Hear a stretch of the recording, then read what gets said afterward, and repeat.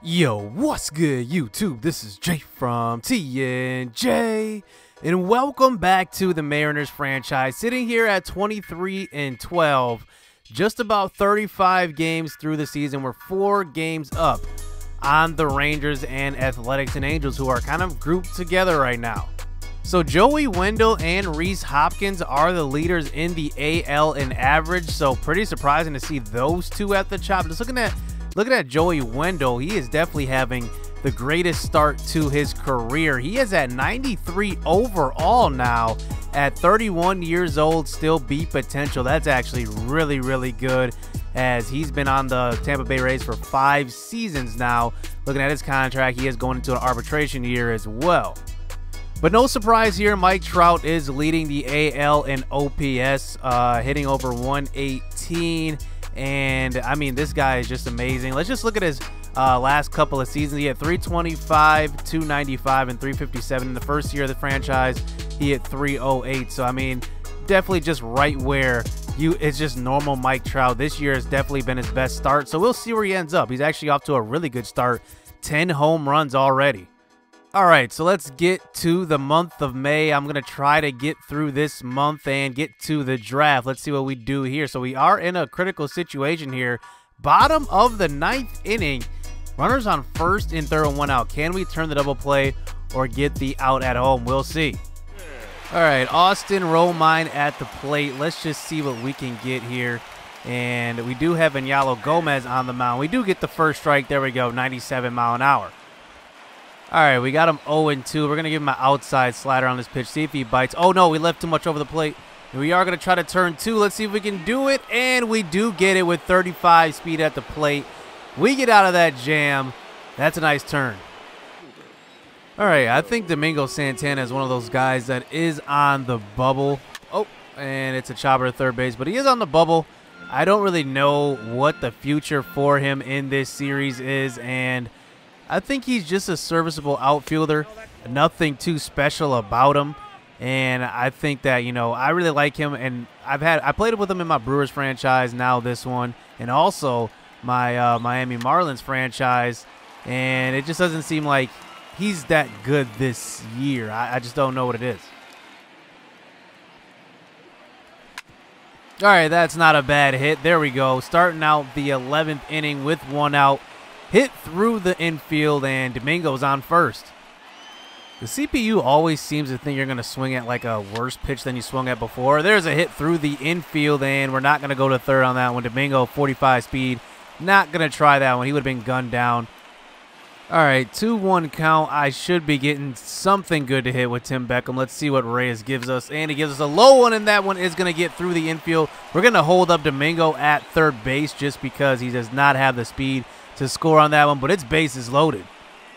All right, here we go. Mr. McCutchen at the plate. Let's just see what Reyes. Oh, he hangs one, and we just straight up miss it on that one. But we are tagging up, going home, and that one is going to be a run across the plate here for the. Bruh. Oh, what the? We left too early. Oh, my goodness. We left too early, and they throw us out at third. Wow. What a. Oh, my goodness. All right, now in the top of the 14th inning, let's see if Uebiashi can do anything with Paul DeJong at first base. Oh, he gets one right down the middle, and we just missed that one. Wow, we actually moved the PCI a little too much. If you guys didn't know, I do use zone hitting. I just hide the PCI. Oh, there we go, and it's right to the first baseman. Thought that was going to be hit a lot farther than that. Oh, so we do end up quick managing, and looks like Domingo Santana actually did hit a home run. Oh, look at this. Ronald Marte on second now in a 5-3 game. Let's hop into this one. Tim Beckham at the plate.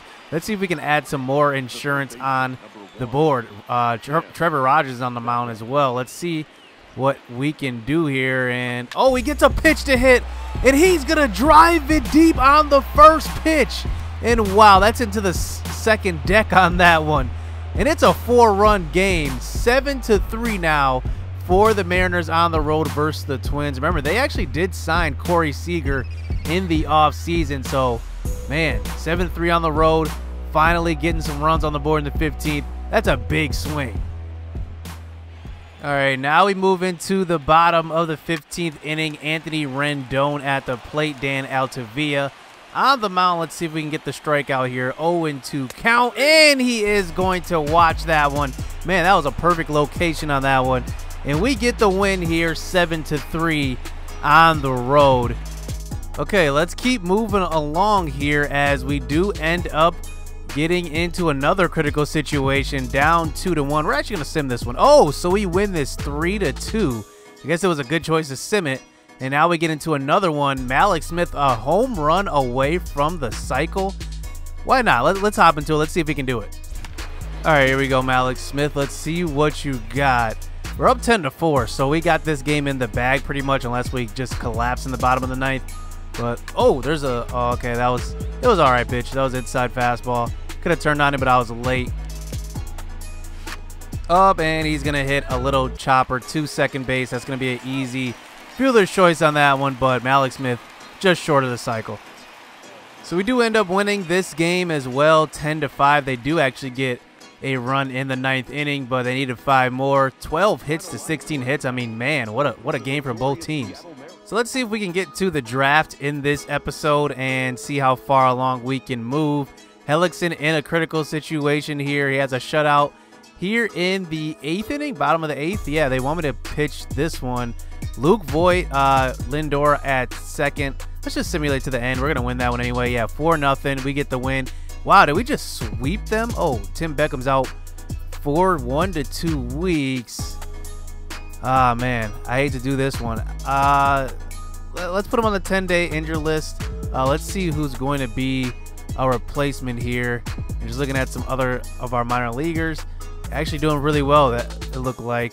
So let's see. We have a roster spot open. I'm not going to move anybody up per se. I think, well, let's see if we got some pitching we can move up, because I do want to get J.P. Crawford some time here. He is only hitting 120, and I think it's because we've cut back his playing time, so he's been cold now. Marwin Gonzalez hitting 320. What a surprise there. And Paul DeJong is hitting 282. I think that's why we keep winning. Paul DeJong is back to what he was hitting in his career. Well, 268 is his career average, but maybe that last season 243 kind of weighs it down from that 303 he hit in the first season with us. So maybe I'll just let J.P. Crawford kind of start where Tim Beckham was. Let's just go back to the simming here. We're 30-15. We're actually doing pretty good. 6.5 games above the Athletics. And look at this. We did sweep the Cleveland Indians on the road, and they are struggling so far this season here in Season 4. So let's just advance a little bit, and let's just auto-fix the lineups. Let's let the computer do it. So Kluber has a shutout here in the top of the 9th. I'm just going to simulate that. I think we're going to keep that. Yep, another 4-0 victory. Now 8-4. Let's see. McCutchen has a 10-game hitting streak. I like this one. Let's hop into this one. We are up 8-4. We're close to sweeping them too. Hey, catch up right here. All right, McCutchen hits one down the left field line, and it is going to probably be a double play. No, he beats it out. So they go to second, and they cannot turn the double play on that one. Wow, so we just end up piling it on them. We score 11 runs as we had 6 runs in that inning. It ends up being an 11-6 victory, I believe that was. Let's just check it out. Yeah, it was 11-6. They ended up scoring. Well, actually, we scored 3 runs in that 8th inning. They scored 2 in the 9th, making it 11-6. Kikuchi is just hot. He's winning every single game that he's pitching, even though he did give up 4 earned runs, 6 strikeouts, 8 hits. I mean, he still got the win, though. All right, so we're currently riding a what? 1, 2, 3, 4, 5, 6, 7, 8, 9-game winning streak at 32-15. Remember, we just got done sweeping the Indians. Let's see if we can sweep them again. And we're up 6-5 in the bottom of the 9th. Should we play this one to keep it going? Yes, we should. All right, Paul DeJong is 2 for 5 in this game. Home run and a single. Let's see if he can. He's hitting pretty well, actually. Let's see if he can keep it going versus Simber. And that is going to be a deep fly ball, but that's going to stay in the yard. 1 out. All right, and he gets a hit to the gap with 15 speed. I'm definitely going to pinch run him, and let's see. Yep, I'm gonna throw that pinch runner out there. Let's see who I got on the bench. All right, so I just have J.P. Crawford off the bench now, and he's 63 speed. At least it's something. I mean, I'm only guy that's even close to remotely having good speed. So I'm going to just pinch run JP, and we do have Marwin Gonzalez at the plate. Let's see what he can do. And he's going to pop that one straight up in the infield, 2 outs. So down to our last batter here. I don't even know who it is. Oh, and he smacks one to right field, but it is going to be right at the right field. And the 10-game win streak does come to an end. It was actually a 9-game. We were heading for 10, but not bad. 9-1 in the last 10. I'll take it any day of the week. All right, so we are cruising now. Let's just get to the draft. I just want to get to that point, and I'm just gonna get through these critical situations and just see how we're doing. And we just continue to win. Look at this, 4-1 versus the Angels. We end up winning that one 5-3. We end up losing that one. Tim Beckham's back, so let's just let's actually put him back in our lineup here. All right, let's just sim 2 draft day. I guess this is an easier way to do it, and we end up splitting with the Rangers here. And I think they're going to allow us to go to the draft day after I get through this. And yep, here we go. So let's hop into the draft here in season 4. So the #1 draft pick is going to be Ralph Harper. He's 22 years old. I'm actually surprised that, you know, #1 draft picks end up being 22 years old, only 55 overall and 80 potential. I mean, that's still a while to go to reach the majors. At least it's not somebody like, I mean, it should be somebody like this. That's Sean Bush, who is 65 overall and 80 potential. This makes more sense. I mean, he is a first baseman, but still, this guy even makes even more sense. He's 23, or he's 18 overall, and MLB ETA is 2023. He's 70 right now with 80 potential. Wow, this guy is fast too. Yeah, 6.56. He's got a 70 speed there. The scouting accuracy, he's a blue chip guy. Man, he's gonna be good. So just giving you guys a quick look at how my scouts did with scouting a couple guys. I believe I did hire a couple of scouts in the offseason, and just to see how some of these guys are. I'm going for 80 potential here with the most accuracy. Rich Murillo looks good. Only 50 overall. He's only 21 though. But man, 2026, that's still 4+ years away. I did see another guy here, Alex Sandoval. He looks slightly better, 2026 too, but he's only 18. I think I actually might go with that guy, Alex Sandoval. We do have a couple of other 80 potential guys, but as far as accuracy goes, I'm going with Alex Sandoval. I don't know how good he's going to be, but I can count on that 8 potential for sure. All right, round 2. So I have yet to draft a good catcher at all in MLB The Show. I mean, at all. I've never drafted a good catcher. I think I finally have him. I don't have the accuracy all the way up, but Jeff Crandall, so I said Crandall or Crandall, he's going to be my second pick. I've never drafted a catcher this high, and I've never been successful. So hopefully this will be the one time where I am successful. He has good plate vision as far as potential goes on the 20/80 scale, and also reaction is pretty good. So he's going to be good behind the plate with good blocking, good contact as well, decent power. I like this guy. Let's just get him. All right, 3rd round. So I do see a decent guy here. He's 80 potential. He does not have the accuracy all the way up, but look at this, 70 overall, 80 potential. He's actually projected to be in the MLB next season. So I don't know. I mean, this is the 3rd round. Usually guys like this end up not being as good as what you think they are, but that potential at power is pretty intriguing. What if he does end up being that good? Why not? I mean, why not get a home run king? He looks like a good one. So can you guys let me know if you guys have ever seen a 25-year-old in the draft? I've never seen anybody 25. This guy is 25. He is 75 potential. I mean, he's got good potential, but he's still 2026. I mean, he's not going to be ready until age 30. Let me know if you guys have seen a 25-year-old. That's the first time ever. All right, so I see another power hitter here. He is 22 years old, a little bit older. His ETA is still 3 years from now, but he's 5'7". How does he have that type of power at 5'7"? That's just ridiculous. I don't think he's got anything else that's great, but that power alone, why not just draft for potential? This is the only guy I really have good accuracy on. That's, oh, and I have another one here. Curtis Dulesky. Let's see him. So he's 21 though, so he's still a year off from Cordova here, and I like Cordova's potential with power. Why not? This is just the power draft. Why not just get him?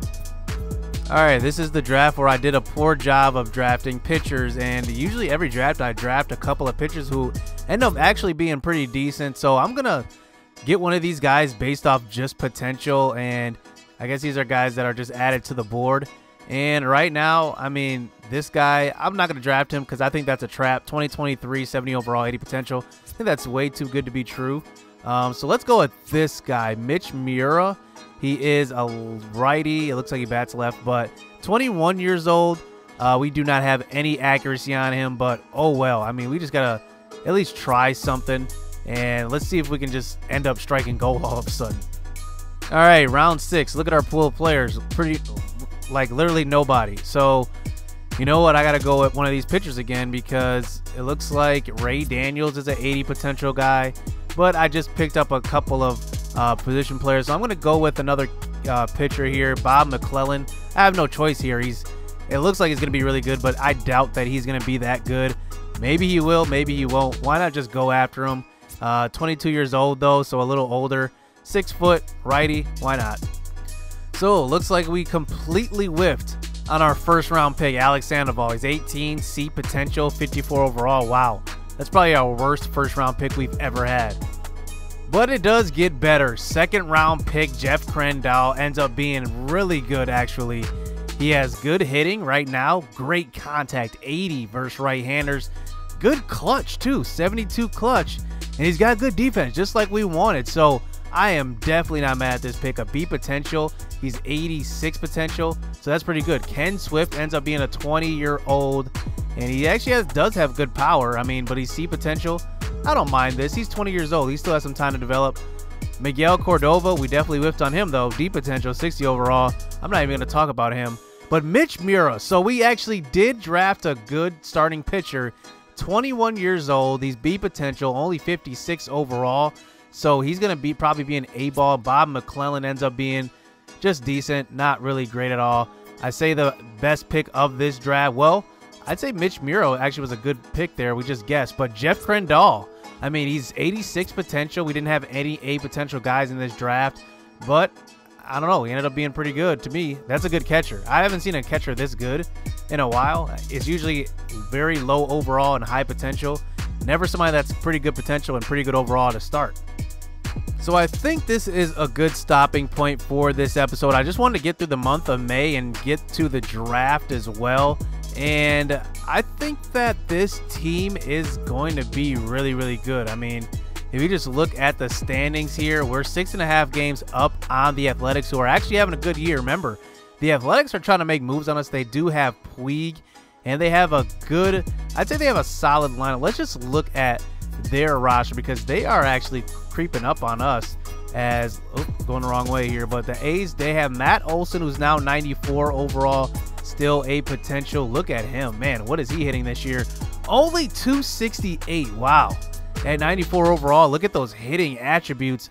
Only hitting 268. That is amazing, as he doesn't even have anything that's great. I mean, 13 home runs isn't that good. I mean, well, it's good, but it's not those ratings good. And then 28 RBIs, that's not bad. But Matt Chapman's at 91 overall now.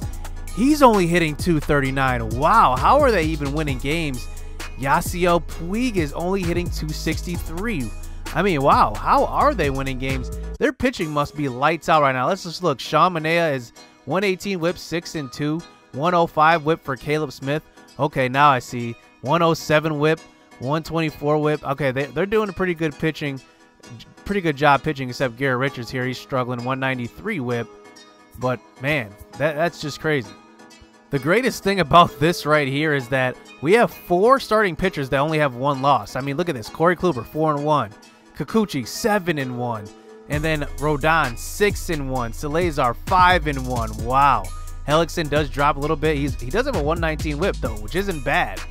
But he's 4-4. So, man, that's pretty good for us, as, you know, our bullpen actually is struggling a little bit. Dylan Floro, 175 whip. I don't know why he's only pitched 4 innings. We got to change that. Altavia, 19 innings, 111 whip. And Yalo Gomez has actually pitched 25 innings. Okay, we need to switch Dylan Floro and Gomez. Gomez is pitching way too much. I swear I switched this before, that Dan Altavia would be a long reliever so that he would pitch more, and Yalo Gomez, let's move him down to this setup role because I feel like those are the spots that pitch the least. So yeah, let's do this right here. So I think this should be pretty good, as Alex Colomé is struggling as well. 1.72 whip. Sam Tuivailala 1.69 whip. Wow, just doing horrible for these two guys. I'm surprised. So that is going to do it here in this episode. We do end this one at the end of the month of May and beginning of June. 6.5 games above the Athletics. It seems like this is going to be a two-team race, as it is still a lot of season left, but you can usually tell who's going to be good right now. In the AL wildcard, it looks like the Athletics are still 3.5 games back of the Red Sox and Yankees. Wow. So who's winning the AL East? Let's just see. The Rays. Okay. So they're actually like really close together here. Wow, that's going to be a tight race to the end. Twins are up on the AL Central. Let's look at the NL real quick. The Braves are there, Pirates and Cardinals, and then Dodgers. In the NL West, no surprise there. So I think this is where we're going to stop, and we're going to go into the next episode hitting the month of June pretty hard. So hit subscribe, hit that like button. Stay tuned. Let's get it. Let's go.